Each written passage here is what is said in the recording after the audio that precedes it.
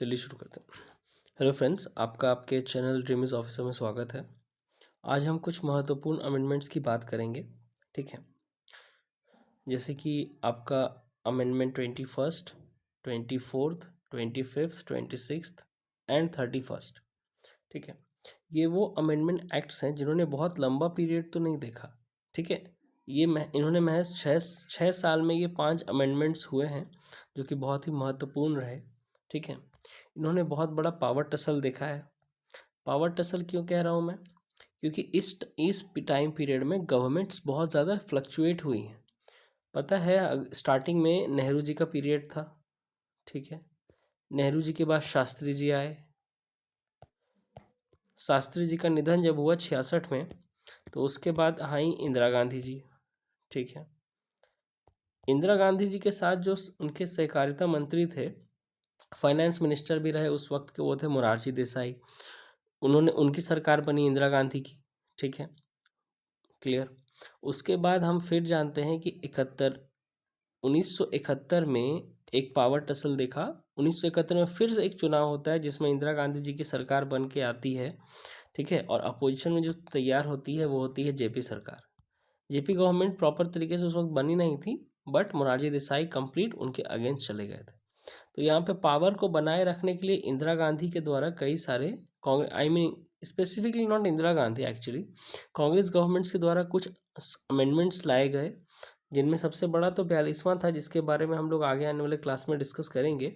ठीक है, लेकिन यहाँ पर भी कुछ ऐसे अमेंडमेंट एक्ट्स लाए गए जिससे पता चलता है कि पावर को अपने हाथ में रखने के लिए उन्होंने क्या किया। ठीक है, उन्होंने एक बहुत बड़ा कह सकते हैं कि संविधान में परिवर्तन करने की जो कोशिश, जो संविधान में बहुत बड़ा परिवर्तन हमें 42वां संविधान संशोधन में देखने को मिलता है, उसकी शुरुआत कहीं ना कहीं से यहीं से हो जाती है और इन्हीं 5 अमेंडमेंट एक्ट से हमें देखने को मिलती है, जो आपका 21, 24, 25, 26 और 31 है। इनमें सबसे महत्वपूर्ण जो रहेगा वो आपका 24वां अमेंडमेंट एक्ट रहेगा। ठीक है, कैसे है देखते हैं हम लोग आगे चल के।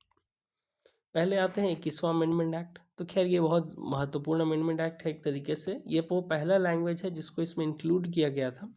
हम लोग जानते हैं संविधान जब बना तो उसमें पहले से 14 लैंग्वेजेस जो थे वो पहले से उसमें डाल दिए गए थे। ठीक है, 14 लैंग्वेजेस उसमें पहले से अवेलेबल थे। ये 15वां लैंग्वेज बना जो 8th शेड्यूल में डाला गया। 8th शेड्यूल आपका लैंग्वेज को डेडिकेटेड शेड्यूल है। ठीक है, यहाँ पे सिंधी को एक ऑफिशियल लैंग्वेज के तौर पे इंडिया का स्वीकार्यता मिला है। ठीक है, स्वीकारा गया है यहाँ पे। ठीक है, इसमें टोटल नंबर जो थे लैंग्वेजेस उनको इंक्रीज करके कितना कर दिया गया? 15 कर दिया गया। ठीक है, टोटल लैंग्वेजेस को इंक्रीज करके कितना किया गया? 15 किया गया।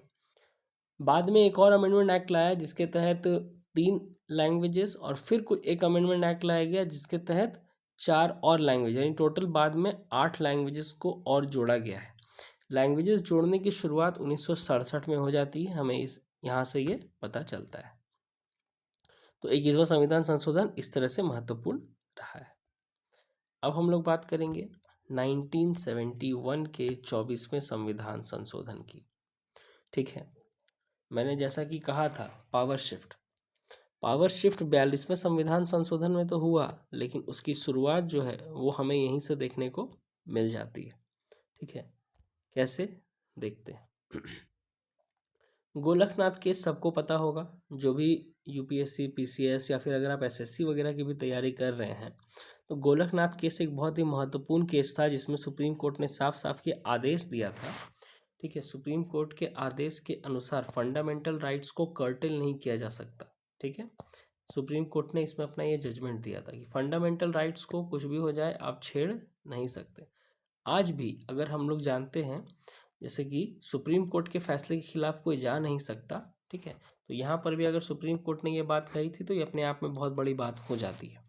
लेकिन यहाँ पे क्योंकि पावर शिफ्ट था, मैंने कहा ना पावर टसल चल रहा था, तो इस पावर शिफ्ट का परिणाम ये होता है कि यहाँ पे एक 24वां संविधान संशोधन पास किया जाता है 1971 में इंदिरा गांधी गवर्नमेंट के द्वारा, या फिर आप कांग्रेस गवर्नमेंट के द्वारा भी कह सकते हैं। ठीक है, जो भी है इस सरकार के द्वारा किया जाता है, जिसमें ये कहा जाता है that parliament has power to amend any part of the constitution including fundamental rights it also made the president's assent mandatory. ठीक है, हम आगे पढ़ेंगे कि संविधान संशोधन के तहत ये लाया गया कि प्रेसिडेंट को, खैर प्रेसिडेंट का एसेंट आज भी मैंडेटरी है, बट उन्हें एक बार घुमाने की तो छूट दी गई है। किस संविधान संशोधन से दी गई, कैसे दी गई, कब दी गई, ये सब हम लोग आगे आने वाले क्लासेस में डिस्कस करेंगे, पर इतना जान लीजिए कि यहाँ पे मैंडेटरी कर दिया गया था। ठीक है, ये बहुत बड़ी बात हो गई। ठीक है, किसी भी पार्ट को यहाँ पे अमेंड किया जा सकता है, फंडामेंटल राइट्स भी इससे अछूता नहीं रहेगा। तो ये एक बहुत बड़ा पावर टसल था। ठीक है, ये बहुत बड़ा पावर शिफ्ट था। ठीक है, तो इसीलिए मैंने कहा ये बहुत महत्वपूर्ण संविधान संशोधन हो जाता है। मैं फिर से रिपीट कर रहा हूँ, 24वां संविधान संशोधन, जिसके तहत ये कहा गया था कि पार्लियामेंट अगर चाहे तो किसी भी पार्ट को वो अमेंड कर सकता है। इसे हाईलाइट कर लें, पार्लियामेंट अगर चाहे तो वो किसी भी पार्ट को अमेंड कर सकता है। ठीक है, क्लियर है? पार्लियामेंट अगर चाहे तो वो किसी भी पार्ट को अमेंड कर सकता है, किसी भी पार्ट को वो अमेंड कर सकता है। ठीक है, क्लियर है? Including fundamental rights as well. ठीक, तो इस बात को ध्यान में रखेंगे। ठीक है, चलिए आगे आते हैं। अब यहाँ पे हम लोग देखते हैं कि फिर से कुछ बातें हैं। गोलकनाथ केस, इसको मानने से इनकार कर दिया गया था, ये बात सही है। 24वां संविधान संशोधन बना। ठीक है, इसमें पार्लियामेंट ने आर्टिकल 13 को और 368 को अमेंड करके खुद को अनलिमिटेड पावर दे दी। खुद को क्या करा? अनलिमिटेड पावर ग्रांट कर दी। ठीक है, क्लियर है? इसके बाद 1973 द अल्टीमेट केस, जिसे आज हम सब जानते हैं और बहुत ही महत्वपूर्ण मानते हैं। ठीक है, सुप्रीम कोर्ट के जजमेंट हिस्ट्री में केशवानंद भारती केस। ठीक है, इसमें सुप्रीम कोर्ट ने साफ साफ कहा था, the amendment, supreme court uphold the amendment but introduce the basic structure doctrine as a check. Supreme court ने इसमें बेसिक स्ट्रक्चर का डॉक्ट्रिन दिया। बेसिक स्ट्रक्चर का डॉक्ट्रिन क्या था? बेसिक स्ट्रक्चर का डॉक्ट्रिन साफ साफ ये कहता है कि हमारे सुप्रीम कोर्ट ने इसमें 14 प्रिंसिपल्स सेट किए। क्या करा? 14 प्रिंसिपल्स सेट किए, 14 गाइडलाइंस है इसकी, मतलब 14 ऐसी चीज़ें हैं जिसको आप किसी भी कीमत पर चेंज नहीं कर सकते।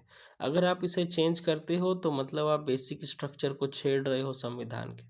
बेसिक स्ट्रक्चर का डॉक्ट्रिन केशवानंद भारती केस से दिया गया था 1973 में।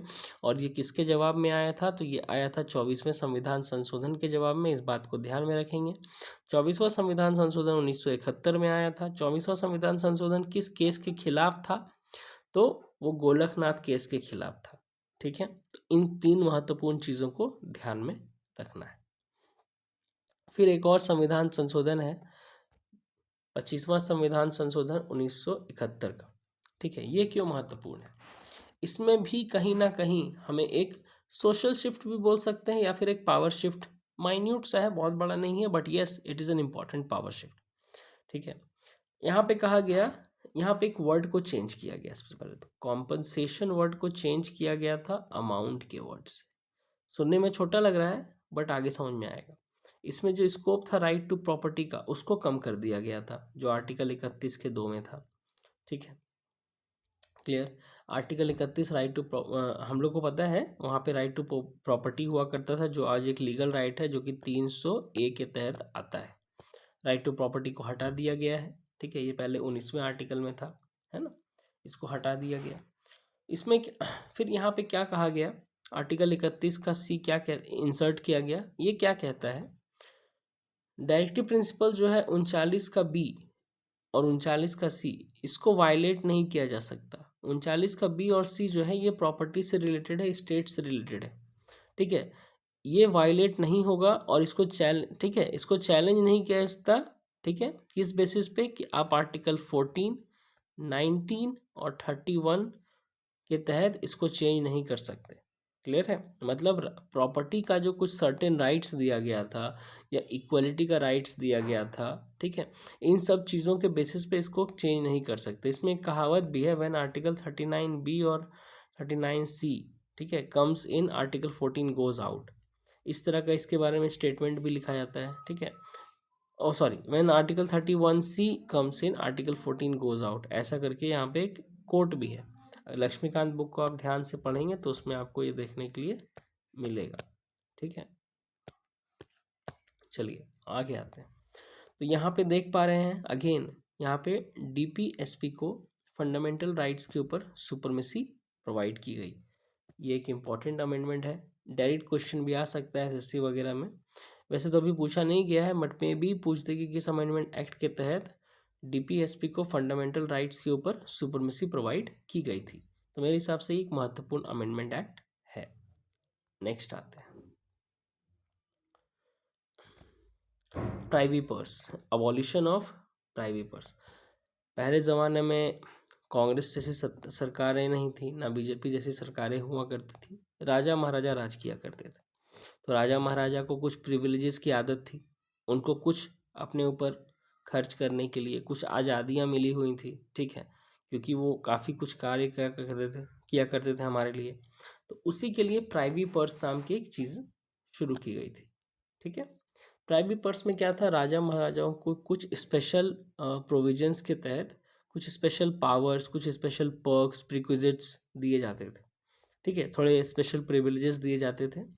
बट 26वां संविधान संशोधन 1971 का, इसके तहत क्या किया गया, इस प्राइवी पर्स को अबॉलिश कर दिया गया। ठीक है, क्लियर। अब क्यों किया गया, क्या हुआ, उसके पीछे नहीं जाएंगे। ठीक है, इसमें था ये मेनली कि उनको जो स्पेशल पर्क्स मिल रहा था वो मिलना बंद हो गया था। इसमें याद रखेंगे दो आर्टिकल्स को डिलीट किया गया था, 291 और 362। प्रिंसली रूलर्स को के रिकॉग्निशन को समाप्त कर दिया गया था। ठीक है, एबॉलिशन ऑफ टाइटल जो है ना, वो कहीं ना कहीं इसी से रिलेटेड है। ठीक है, तो इसमें जो टाइटल वाला बात आ जाता है वो भी इसमें इंक्लूड आप कर सकते हैं, उस बेसिस पे इस अमेंडमेंट एक्ट को याद रख सकते हैं। ठीक है, क्लियर। तो यहाँ पे स्लोगन था एंड ऑफ फ्यूडल प्रिविलेजेस, एक इसको याद कर लेंगे। पूछ सकता है एग्जाम में directly, by which amendment act end of feudal privileges slogan was given. ठीक है, तो 26वां अमेंडमेंट एक्ट के तहत 1971 इसके तहत लाया गया। अब आते हैं वो एक्ट जिसने पार्लियामेंट में बहुत बड़ा रोल प्ले किया।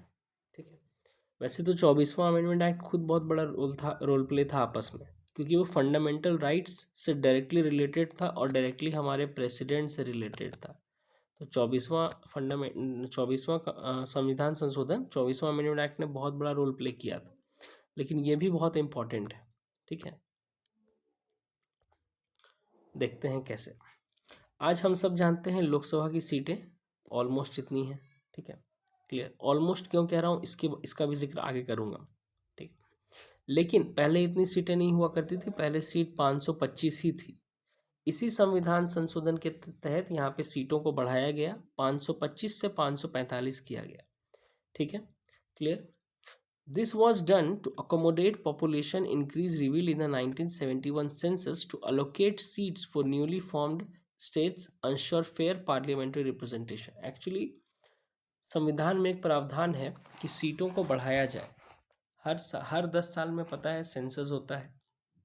ठीक है, अभी फिर होने वाला है 2026 में, कुछ जगहों पे शुरू होगा और बाकी प्रॉपर कंट्री में 2027 मार्च में शुरू होने वाला है। ठीक है, क्लियर। कोविड के कारण हो नहीं पाया था, तो फिर होगा अभी इस पीरियड में। खैर यहाँ पे आते हैं, तो 525 से 545 सीटें कर दी गई। तो ये 1971 के सेंसस के तहत लाया गया था और सीटों को इतना बढ़ाया गया। ठीक है, तो ये महत्वपूर्ण था। आज की जो आप सीट देख पा रहे हैं, पार्लियामेंट में इतनी ज़्यादा सीट है, उसका महत्वपूर्ण कारण यही संविधान संशोधन है, 31वां संविधान संशोधन 1973 का। ठीक है, चलिए आगे आते हैं। तो यहाँ पे एक क्विक रिवीजन हो जाएगा, देख लेते हैं। 21वां संविधान संशोधन आपका 1967 में आया, जिसने सिंधी लैंग्वेज को ऐड किया था 8th शेड्यूल में। 24वां संविधान संशोधन 1971 को आया, जिसने असर्ट किया पार्लियामेंट का पावर को कि वो अमेंडमेंट कर सकता है, इवन दो फंडामेंटल राइट्स को भी अमेंड कर सकता है। ठीक है, 25वां संविधान संशोधन 1971 का, इसने राइट टू प्रॉपर्टी को कर्टिल करा और डीपीएसपी की सुपरमेसी को दिखाया। 26वां संविधान संशोधन, प्राइवी पर्स को एबॉलिश करा गया और प्रिंसली प्रिविलेजेस को भी एबॉलिश किया गया। ठीक है, 31वां संविधान संशोधन लोकसभा सीटों को 525 से बढ़ा करके 545 किया गया। बहुत ही महत्वपूर्ण चीज़ थी ये।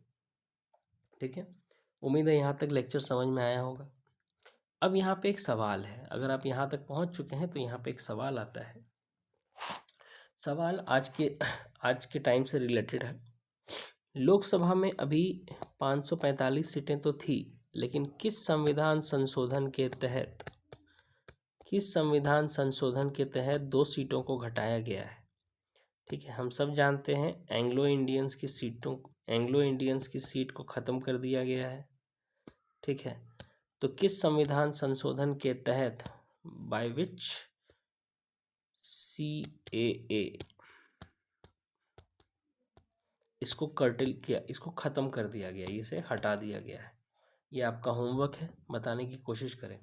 और एक और होमवर्क यहाँ पे रहा, 26वां संविधान संशोधन में कौन सा स्लोगन दिया गया था? 26वां संविधान संशोधन में कौन सा स्लोगन दिया गया था? कमेंट करके जवाब दें, है ना। नेक्स्ट वीडियो में मिलते हैं, तब तक के लिए धन्यवाद।